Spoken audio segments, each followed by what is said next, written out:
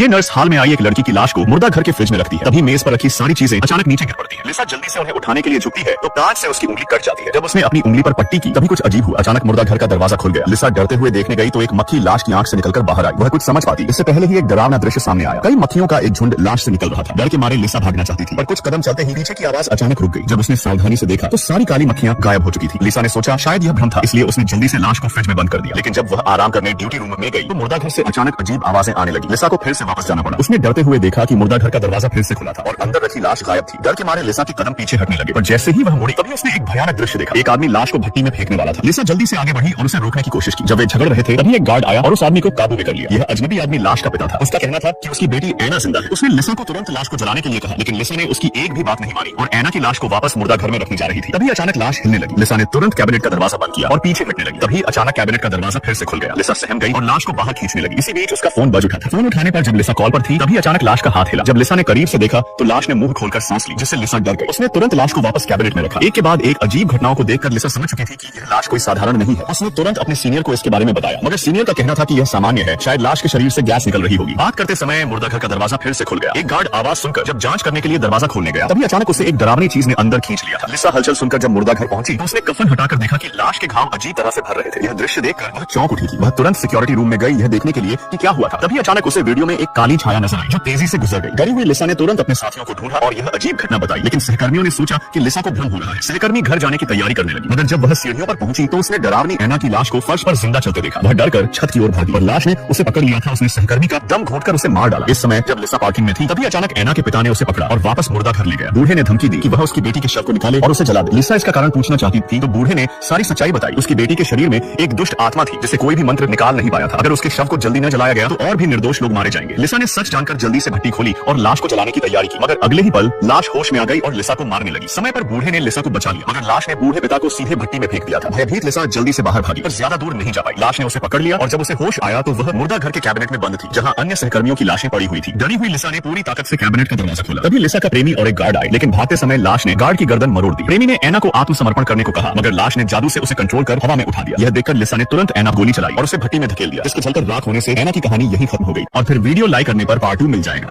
अगर आप इंडिया से हैं तो वीडियो सब्सक्राइब करें, अगर पाकिस्तान से तो कमेंट करें।